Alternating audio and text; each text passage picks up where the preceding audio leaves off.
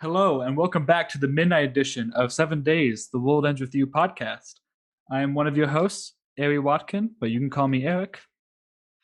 And I'm the co-host Joshua, and we are covering episode 5 of the anime, though this is only episode 4 of the podcast. Yep, the last episode is a double feature, and you can catch that along with our previous episodes in our 7 Days playlist. Feel free to provide any comments for feedback if possible. Yep. Also, about the last episode, I made mistakes.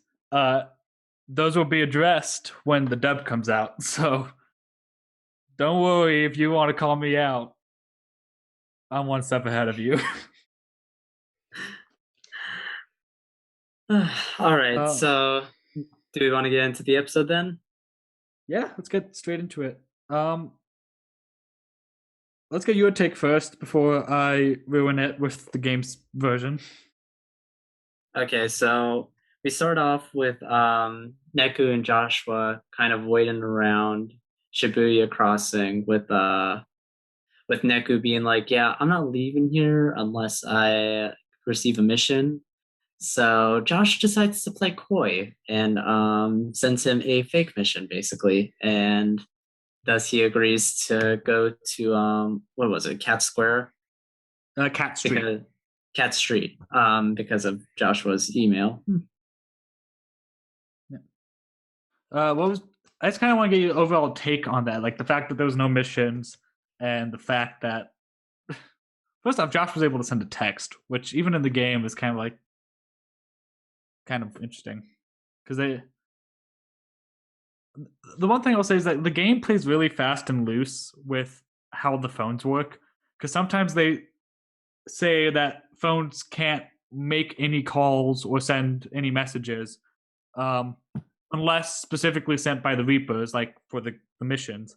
And then sometimes, they just call each other. And it's like, okay. I don't know. I didn't really think about it much, really. Yeah. So I'm just like, oh, that's something Joshua can do. Okay. Yeah, the game plays really fast and loose with how that works. But what was your thought on like the whole thing of no missions? No missions. It's definitely something that I want to talk about maybe a little bit later in relation to another character, but I'll Okay. just comment on it then. Okay. So once we get to Cat Street, we get Well, to I, let me make a small addendum to last episode, and then that is related to this episode right now. Um, so, uh, for those of you who haven't seen the last episode, I hadn't caught up to the game at this point, and the last time I played the game was in 2018. So now I am fully caught up on the game and refresh my memory on things that happened. So on day two um, of the second week, Josh already brings up the idea of ditching out on the missions and says, Neku, I want to go somewhere. So let's just leave the mission to the other players because if the other players do it, then we don't have to. And Neku says, no, my priority is the mission. And they eventually compromise and say that we'll do the mission, but as soon as the mission is done, we're doing my thing, Josh's thing.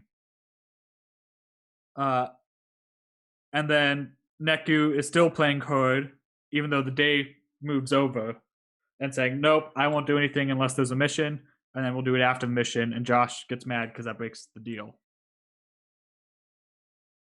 Um, so yeah, that's a setup that they didn't have. That was a long way to say that they didn't set this up the way they do in the game. yeah, I mean the point still comes across though. Yeah, it just I understand that they have to kind of shrink things down, condense things down. Um, but I just feel like there's something that is missing because they are shrinking things down. Um, because this week is a lot longer in the game. Like each day is essentially like 2 days of the previous week put into one day. And so typically there's kind of like how I would explain is there's an A plot and a B plot. The A plot is the meat of the day, and that's what propels the week forward. But the B plot kind of just adds to the character development, but isn't necessarily driving the story. Um, and so it's interesting here because now we kind of are losing those character moments and just getting the driving. I mean, I feel like the character is coming across fine enough, but Well, I mean, like character development, character movement, not necessarily personalities. I think that the personalities feel a little different, but I think they're coming across the way that the show is intending them to. It's just the show's going in a different direction for both Josh and Neku. yeah. So anyways, moving on to Cat Street. Um, they get there and basically Neku figures out that it was a ploy from Josh. And so they go into the cafe where Hanekoma runs it. Yes. Uh, so did you catch on that this was fake? Well, like the mission was fake. Yeah, Yeah, I mean, just from the way it was written, like compared to like Minamoto's style, yeah. I, Well, I could tell it was Joshua. yeah. In the game, it's actually kind of funnier in a way because what happens is Neku never gets a text on his phone. Josh just pretends that he's reading a text from his phone. Um, Mm, and in the game, whenever the timer appears, it always hurts them. And if you're not paying attention, they never like wince during that conversation like they normally do.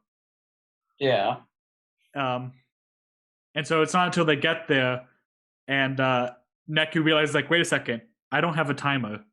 I never had a timer. um, and it's because the 15-minute time limit it's on the opposite side of the map, and so Neku was just like, I don't care. I'm just running. I'm booking it. Um, yeah, and so he doesn't even think to be like, wait, did I ever actually get timed?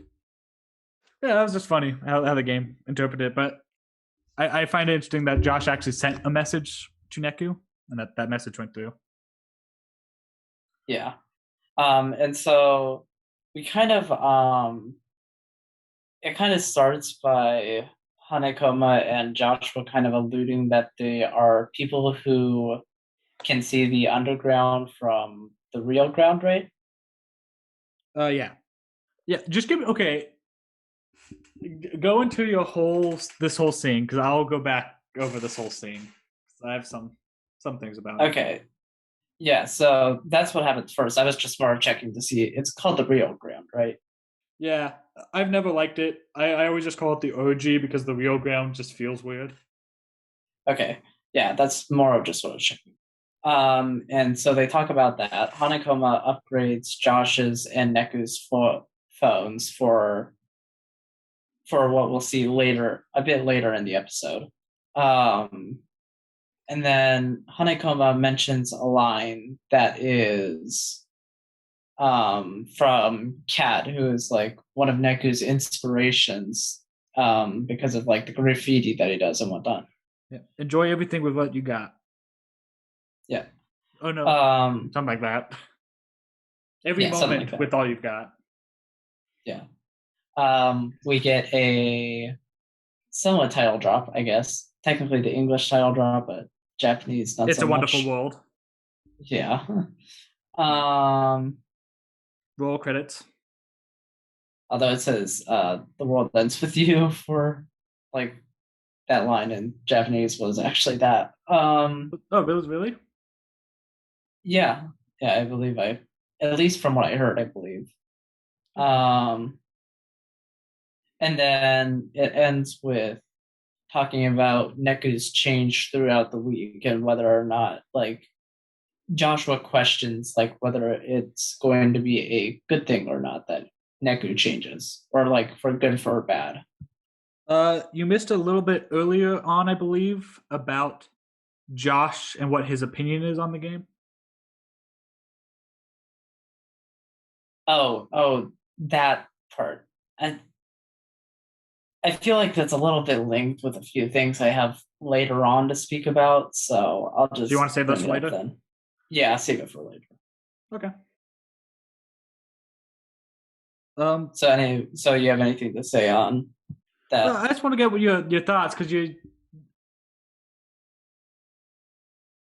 he obviously does the title drop, and it's obviously a mantra that like carries on at least throughout the game. We'll see if it carries on more um, throughout the show. Like, what do you think? Because that is the core message of the game. That's what the game's trying to teach. That's why it's called the World Interview.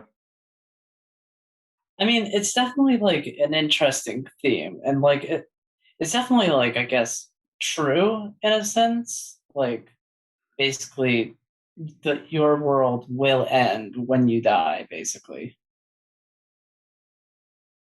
So, like, basically, in a way, it makes sense to try and live it to your best because otherwise, the world ends with you having done nothing. So, hmm, I let I'm wondering if this is the show misinterpreting or like not conveying it as well. Um, and maybe we'll go more into this because I know the game definitely goes more into this. They bring this up several times throughout the week. But like the whole thing about the world under view is the idea of spreading out your horizons. And so he's not saying literally the world under view when you die. It's that your world is as big as you make it, and so you have to expand your world, expand your horizons. And a lot of the question is, how do you do that? Because Neku believes enjoying every moment with all that you have is by doing what you want when you want and screw other people. Um, and so it's Neku's trying to reevaluate like what does it mean to expand my horizons? Is it just doing what I want, or is it other people and letting other people in? So that's more of what the game shows. I was don't know if that came I don't know. across. That's maybe just how the anime came across to me Okay. because I don't know how it is in the game. Just that's kind of how that quote came across to me. You know? Okay. Yeah, because the game makes it very clear. Like they throughout this part, they just reiterate that over and over again. Um, so I guess one thing I will say is that day three sets up like two or three conversations, two or three topics, two or three whatever you want to call it, that repeat throughout the week. One of those is the world interview. Um, Another one is what Josh said talks about being able to see the game and being interested in the game. And it kind of condenses, like it takes how those are throughout the week and condenses them down into a single conversation. So in the game, almost all of that was just a conversation with Neku and Hanekoma. Josh wasn't really a part of this conversation. He was off messing with the tracker. Um, I, and so like Hanekoma says like, "Oh yeah, Josh has been a customer for years. He's come in to talk about the games because he could see them and he felt lonely." And it's not until later that we learned that Josh volunteered to be in the game. Um, that's I think day 4 that we learned that. isn't it day four in the anime also as well that we learn it? It's day 3. Oh, day three. Yeah, just a little bit earlier than in the game. Yeah, yeah. So that's my thing is like it. I'm curious to see how this goes because it condensed a lot. Because there was another thing that I condensed. I'm trying to remember what it was. I forgot to put in my notes. I think. Oh yeah, Cat's influence. Like Neku brings up that like, hey, Cat once said that I really look up to him, but he never explained it. and it's not until I believe day 5 that he explains why he likes cat.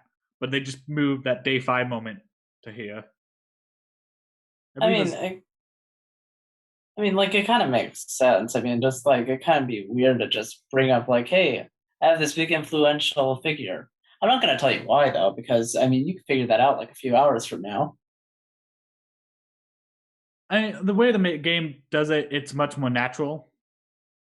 Um, Especially because Cat becomes a big figure throughout this week. I mean, it definitely seems like that, and I'm gonna mention that a bit later. But Yeah. Cat becomes a big deal. So it's not like he just brings up why Cat was influential. When he's talking to Hanekoma, he doesn't have a reason to bring up that. He's just like, hey, wait, that's what this other guy says. And he's all Neku says is how he interpreted that quote. Um, and Hanekoma was impressed, and Neku just says, oh, yeah, it's the one guy I respect. And that's all he really has to say in that conversation. But then Josh asks him why he likes Cat later on, because Cat gets brought up again. And then Neku goes on and explains why he likes Cat. So I see. And so after that, we get introduced to the tracking app, which the tracker. Yep. We get a mention of the camera, but we don't see that till a little bit later. But basically, it's showing like this big gathering at Shibuya Crossing and this small little thing at Udagawa, which will be gotten to later in the episode. But they go to Shibuya Crossing, and basically, this is the point where basically like Neku kind of questions is like Cat potentially the composer because the red player badges are quite similar to the player badges that they regularly have in the underground. Yep. I'm trying to think of like a questions to ask. I guess unless you want to cover this later, what are your predictions on like the pins and Cat at this point? I don't know. It's like I really don't exactly know where it's going, and like I don't want to just like spitball like some idea that I'm like, oh yeah, it definitely has to be that. I'm like, I honestly am not entirely sure where it's going, but I don't know. Like I want to think that Cat's potentially the composer, but just also I'm a bit doubting it as well. Okay. I don't know how to phrase this. At this point, do you think Cat is someone we know? Do you think he's someone we don't know? Who do you think it is? If you think it's someone we know, I don't think it is someone we know. Like I don't think it is because like the way that even the guy in the white space when talking to Neku and Shiki, Shades. yeah, he says that the composer is like above him, so it's definitely not him. So like I'm not entirely sure who. Okay. Okay. Yep.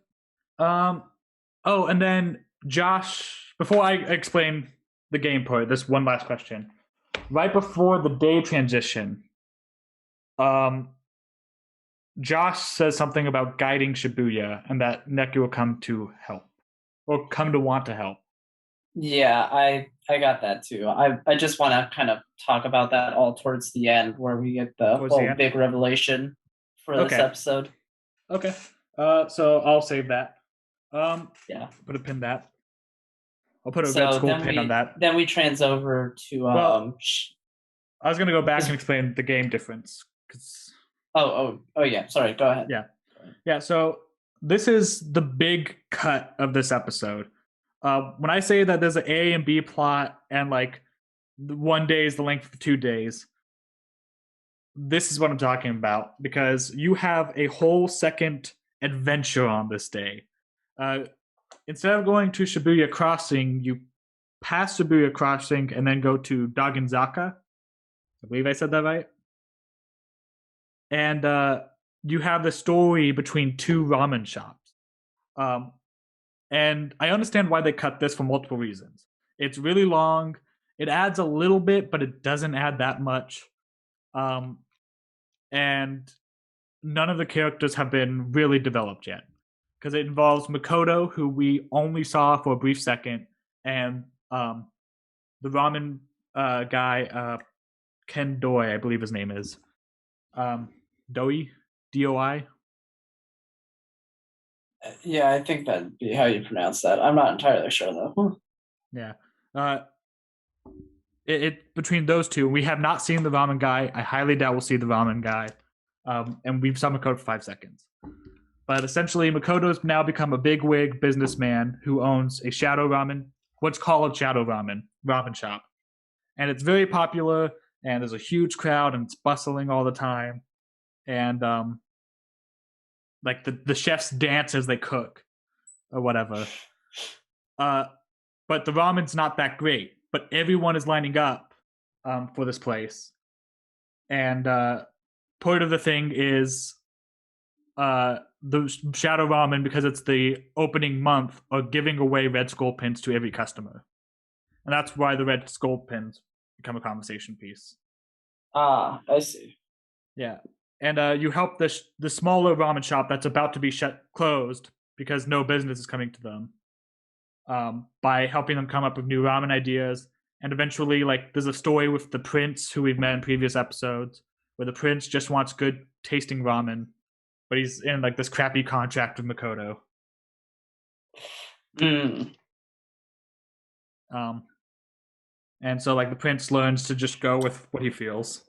And yeah, it's like a whole side story. It's like it's long, it's kind of tedious. I get why they cut it. I'm not upset about the cut, but like, Yeah. So, and then after that, we get the cut to shades with the secretary chick. yeah, that pretty much was how the game put it, I think. Yeah. And so through that, there's some sort of force that's like causing these what was it? Taboo noise. The taboo noise to be killing both reapers and players. And that Minamimoto has been missing and hasn't issued like a challenge in 2 days, and that he is actually in the underground. Yes. Yeah, so that whole conversation, pretty much the game conversation, like word for word. I have nothing really to add. That was the games. Yeah, I'm just kind of curious to figure out like what this like potential third party is. I'm just like, I don't know if it's like a traitor within the Reapers or if it's something else entirely. Did I miss this part of the conversation? I might have missed this. What was this reference to? It's referring to the like whoever is behind the taboo noises that are killing Who's the behind Reapers it? and players. Yeah, Okay, yeah. yeah. Like I don't know who it is, but like I don't know. Like they don't exactly like obviously they aren't going to say who it is, but like just like from the actions of this episode, I feel like either like Minamimoto or Joshua are kind of a bit suspicious when it comes to that sort of thing. I'm actually glad that you remind me of that because I just remembered that in day 4, they actually do reveal who it is, but they didn't this time. So I was going to end up spoiling that, but you're right. So that's something to watch out later. They do reveal who's behind this. Yeah, but we don't know yet. So No, not yet. though they obviously know, they just don't name them. Because the secretary chick is like, oh yeah, I know who it is. I'm gonna go after them. Just we, the audience, aren't told who it is. Yeah. Yeah, that's about right. I was gonna spoil it. Good thing I mentioned it then. Yeah, good thing you mentioned it. And so after that, we get to the new day. And Not so New Day. Day 4. Well, like the new day, referring as like in the next day. Yeah, not the new day, the crappy expansion in the 2018 Switch port.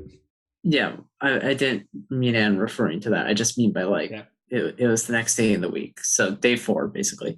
And so basically, Neku wants to head to Utagawa after what he saw from the tracing app yesterday. And so Joshua obliges and they start heading that way.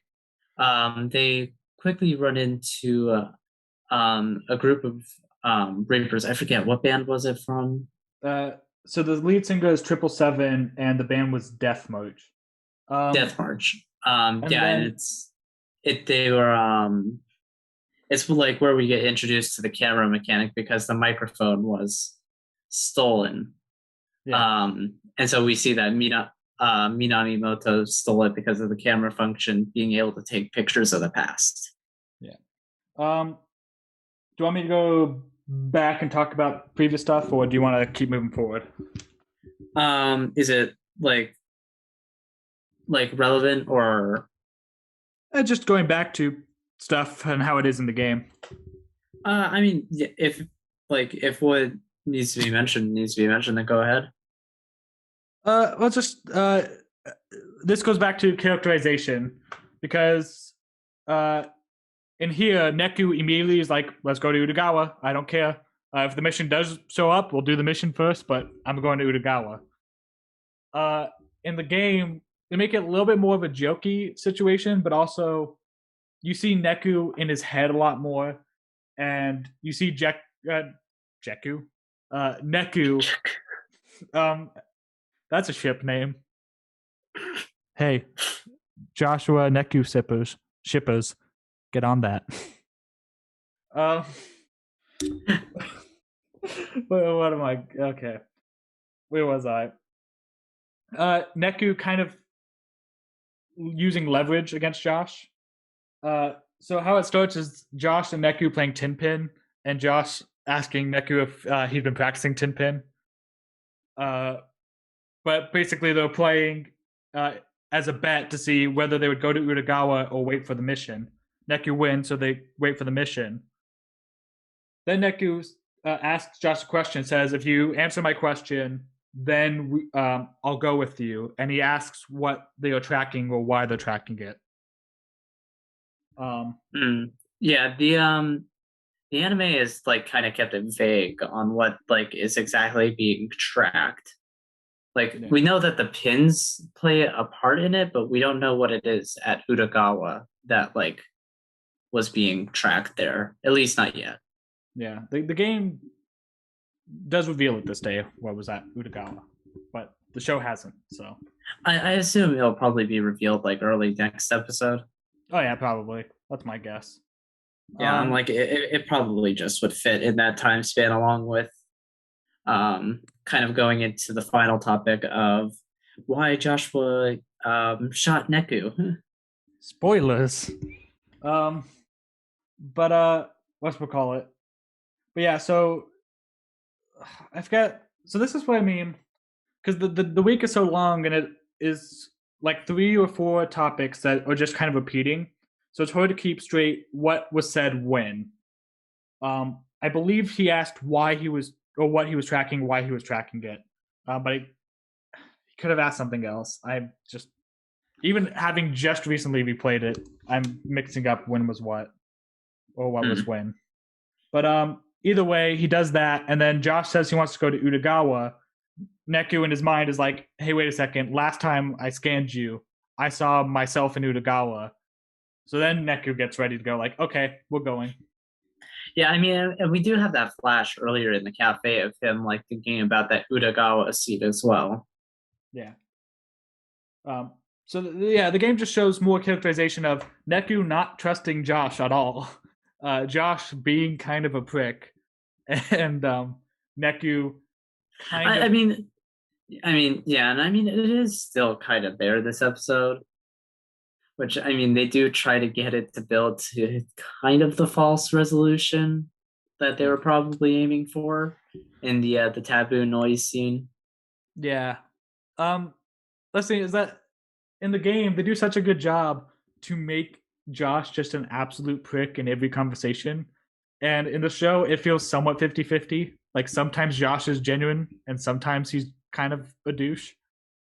Yeah, I mean, also just it's hard to kind of be like, yeah, this is what it means to be working together with, like, I need to trust my team, like my partner, and but it's like Neku, you performed the union attack with him yesterday, twice.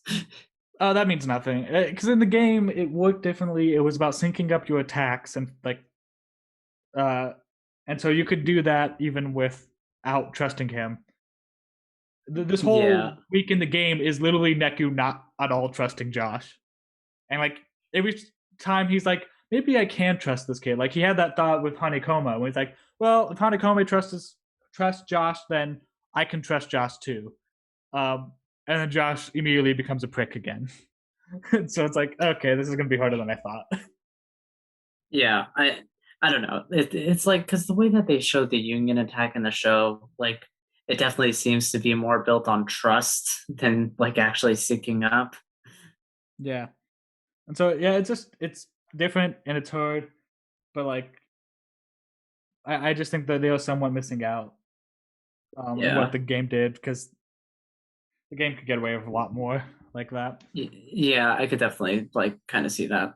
Um, there's actually is like a small scene before they do the taboo noise thing where, well, two small things. We see the taboo noise like absolutely murdering some players.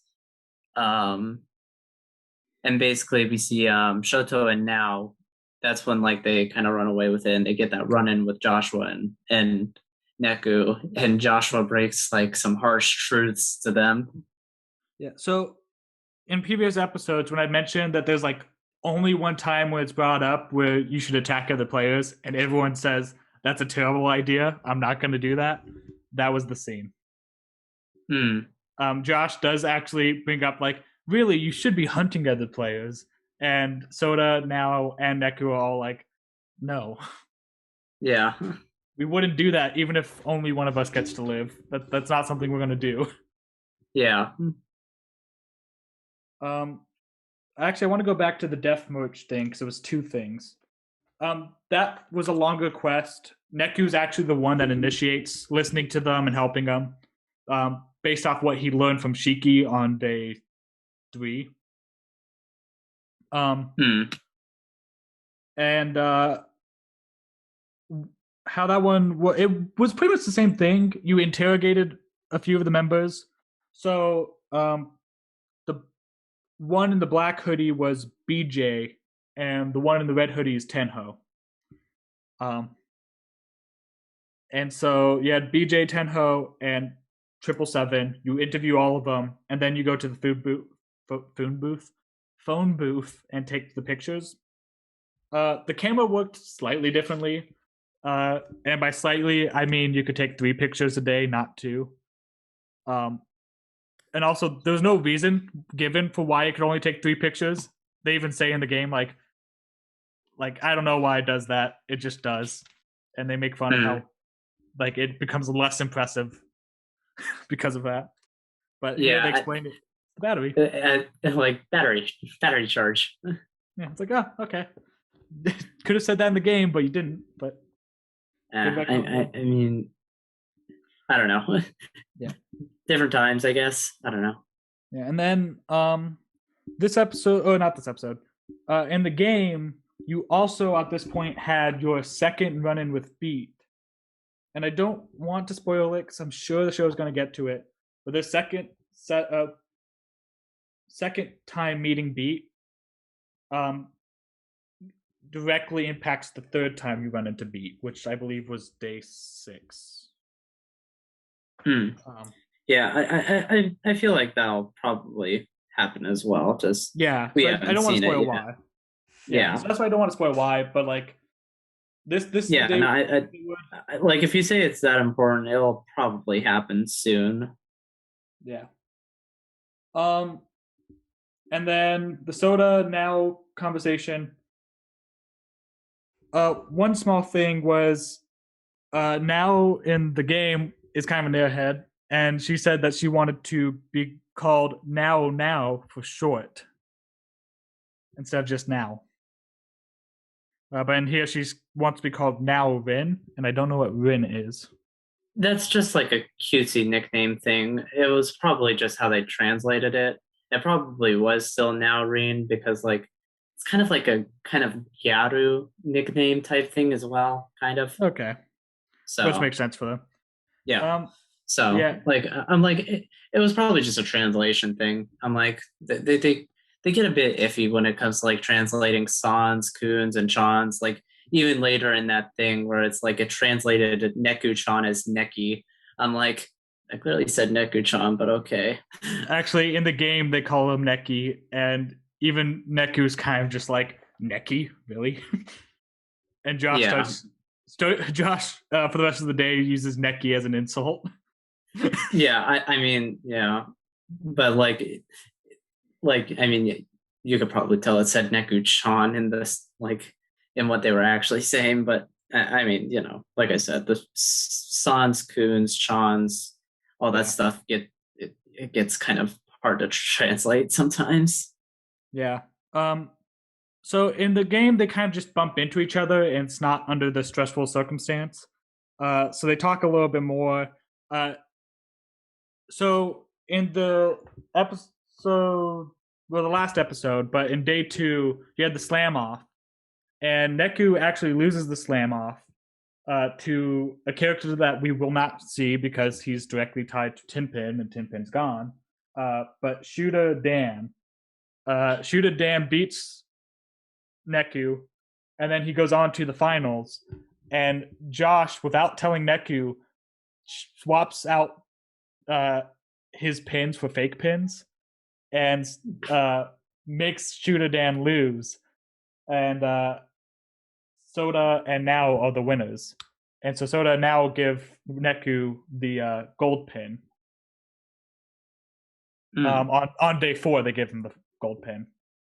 But also, when they have the conversation and Neku mentions that Shiki was the partner, they actually give Neku encouragement, say, don't worry about it. Like Now says, if I had to be the entry fee for Soda, I would do it. And if Soda says, oh, I would play the game 100 times if it means that Now gets to be free.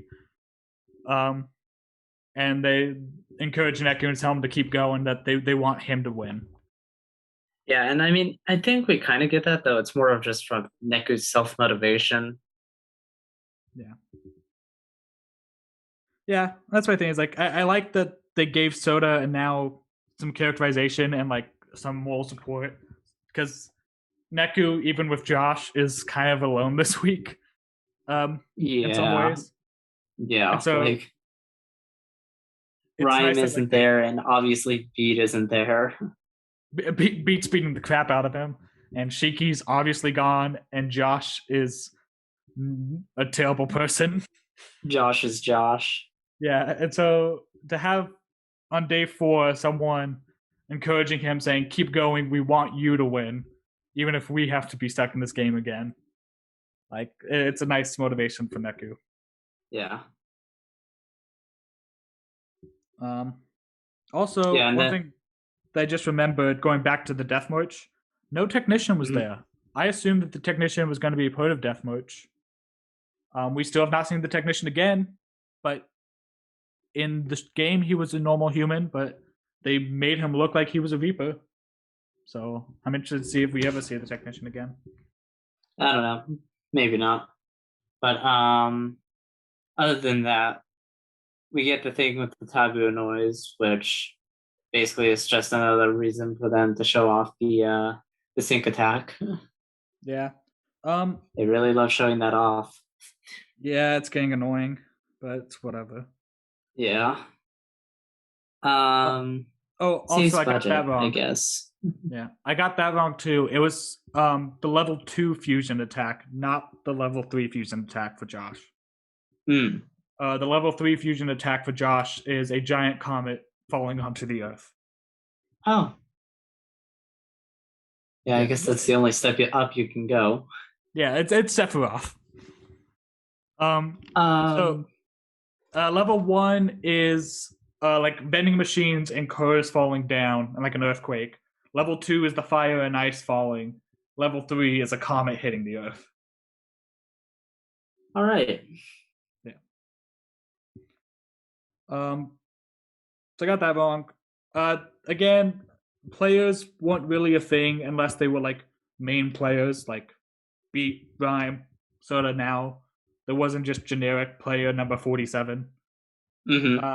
So how they depict that was just Yuzuki and Korea on the street, and they get jumped, and they have to run. Mm-hmm. But I'm fine with it. I think that this is a good way to represent taboo noise.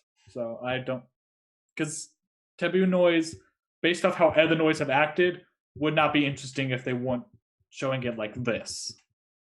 Yeah, like it was both equally attacking players and reapers. Yeah, that and just like in the game, they were aggressive. They would attack you as you move between screens, or anytime you open up the scan, they were actively aggressive. However, all noise in the show automatically just pop out anyways, and so it's like, well, how do you show that these are actively aggressive? Um, just show them brutally murder players and Yeah. reapers. Yeah, I'm like, they definitely show like players and reapers getting kind of brutally murdered in this episode. Yeah, I'm like that's a good way to represent it, because you can't show it the same way that the game showed it. Yeah, I'm like there are just like some hard things, especially when it comes to like adapting video game action into like choreographable action for like shots.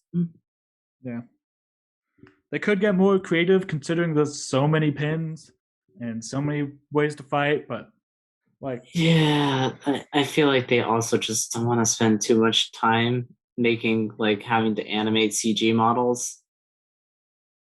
dude, one of my favorites is just a pin where you just shoot like a barrage of swords just straight out. Like that would have been so cool because it's the same sword, but it's just like 100 of the same sword in like a straight line just flying out. Yeah. Like, I assume it wouldn't be that hard if you're doing CG to just make one model and just duplicate. Well, it's not that. It's more of that you just have to like animate them all, and you see how much it like tanks the frame rate in those scenes, right? Uh, yeah, I guess, yeah. I don't know. Yeah, but otherwise, after that they finally get to Utagawa, and basically we end off the episode with Joshua revealing, "Yeah, I was the one that killed Yuneku." Yeah. So overall, my thoughts on like Joshua's like stuff that he says throughout this episode, whether it be volunteering in the game for fun or like leading Shibuya, like I don't know, it feels like he definitely is trying to change the system in some way, like from how he's speaking about it. Just I don't know exactly how or why.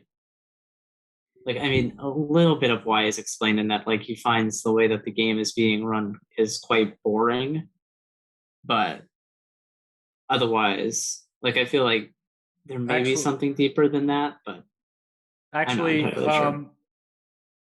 he finds normal life boring because he thought normal life, nothing changes, but the game where you're running around Shibuya trying to survive a death game, he found that much more exciting.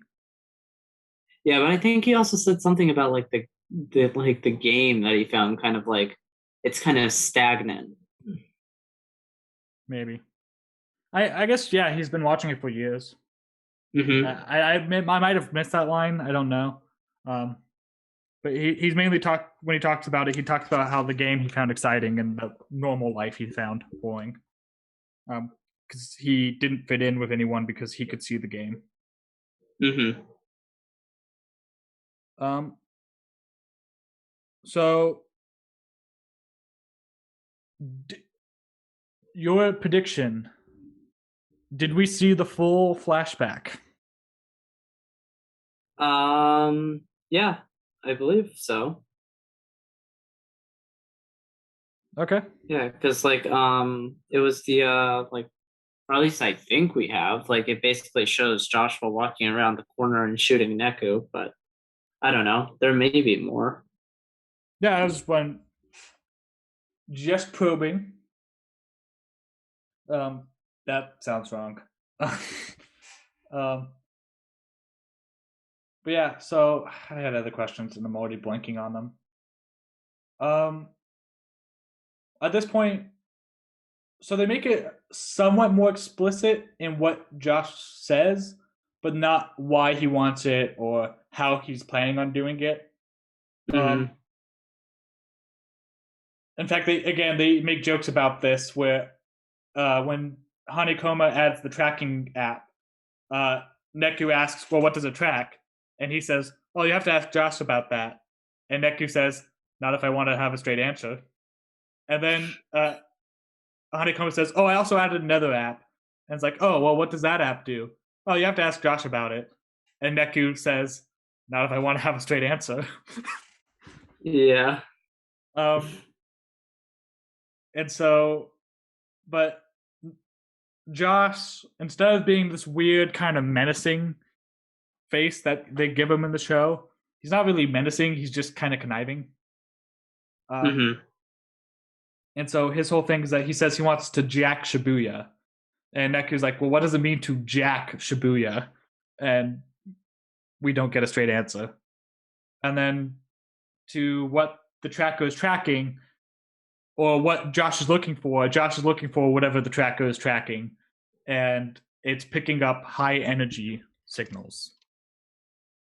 Mm-hmm. Um, that's all we know so far. We will learn more within the next few days. But Yeah, yeah, I'm figuring within like the next episode or two, we'll probably get like the reason behind all of it. yeah. And then that brings us to the end of the episode. Yep.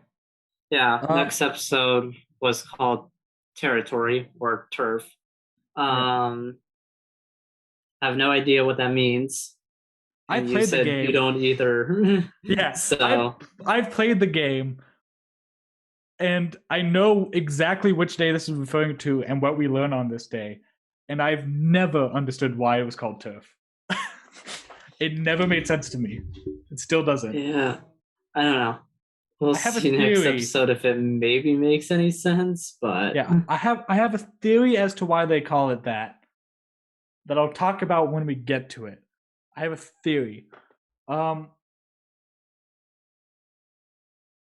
I have a theory. Also, predictions for just the rest of the series because we're about halfway through, and I thought week 2 was going to be a slowdown, and it seems to be um, going about as fast as week 1 did. uh-huh. Yeah, Um, I honestly don't know like where it's gonna go because I feel like this week is gonna end like either episode 6 or episode 7. yeah. So my prediction is that this is going to be going into the secret reports. Because the secret reports, for those that don't know, in the World of Few, there's one secret report for every single day of the game. And these aren't your Kingdom Hearts Ansem reports where they're just kind of a weird side story that aren't really relevant to anything you experience. This is behind the scenes of what was going on, how the pieces were moving. Um, and they add all kinds of new terms and new topics, and they bring up stuff that doesn't appear in the main game that reframes everything we see in the main game. So I'm like, I think we could be seeing secret reports actually be adapted in a cool way to show us.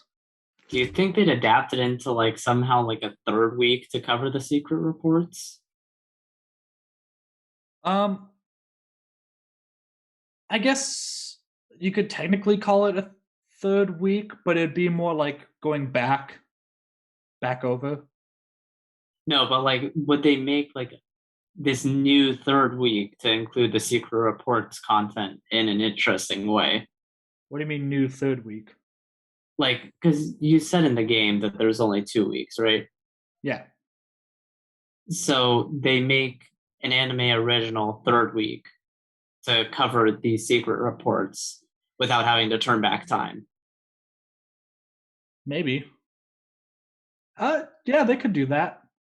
Also, they could also cover New Day. If this is truly a Neo tie-in, New Day, even the game splits New Day into 3 separate ones, like 3 separate chapters, even though it takes place over the span of one day. New Day's long, so they definitely could cover New Day quite a bit, probably like 2 or 3 episodes. Yeah, I'd probably say just 2 by the sounds of it. Yeah. New Day definitely could get 2 episodes. I assume. And yeah, tied directly into Neo if this is truly the Neo universe. Yeah. I Or if like this is more meant to be like kind of a retelling that'll help fit better into Neo's ideas. Yeah. From what I've heard, Tetsuya Nomura isn't the main director. He is just the supervisor, essentially. Mm. And so he's not totally hands on in this project. And based off what I experienced with New Day, which I was not a fan of New Day, to be clear, I think they could be going in a new direction. New Day kind of didn't fit with the base game. And so they definitely could be reorganizing and trying to change the original game to fit with what this new team wants to do. Yeah. Move it away from Tetsuya Nomura's one-off vision and make it a franchise. Yeah. I mean, because like just from how I've heard you speak about it, it sounded very much like a one-off game. Oh yeah, no, it did not need a sequel. So I was not against a World Ends sequel. I wasn't like a diehard for it either. My thought was I wanted if I was going to have the World Ends sequel, I'd want it to be a kind of like Final Fantasy, new cast, new story, same themes. Mm. What I mean, were it they definitely called? seems like they could kind of do that, but it definitely seems to be also kind of a continuing story.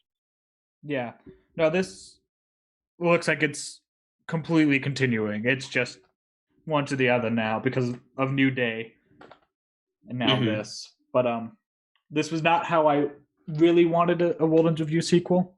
But it's what we're getting. Yeah, I mean, we'll have to see how it turns out when the full game comes out. Yeah, I would be lying if I said I wasn't nervous. That said, I still plan on getting it. Probably get it day one, and play it. I'll give my honest opinions on this channel. When I'll that at least happens. watch the story cutscenes. Yeah, at the very least, watch story cutscenes, but play the game. I highly recommend it.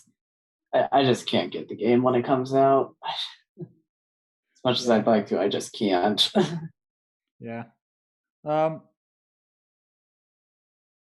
This might be the last game I get this year.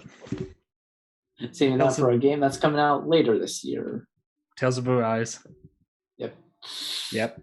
But that's a different story for a different day. Yeah. I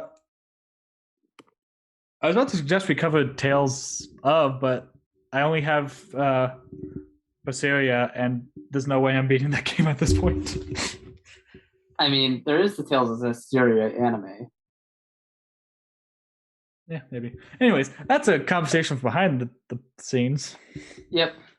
Anyways, thank you for watching. Please, again, leave a comment. And if you care to see more, we will be back next week with our next episode of the 7 Days Podcast. Signing off. Bye.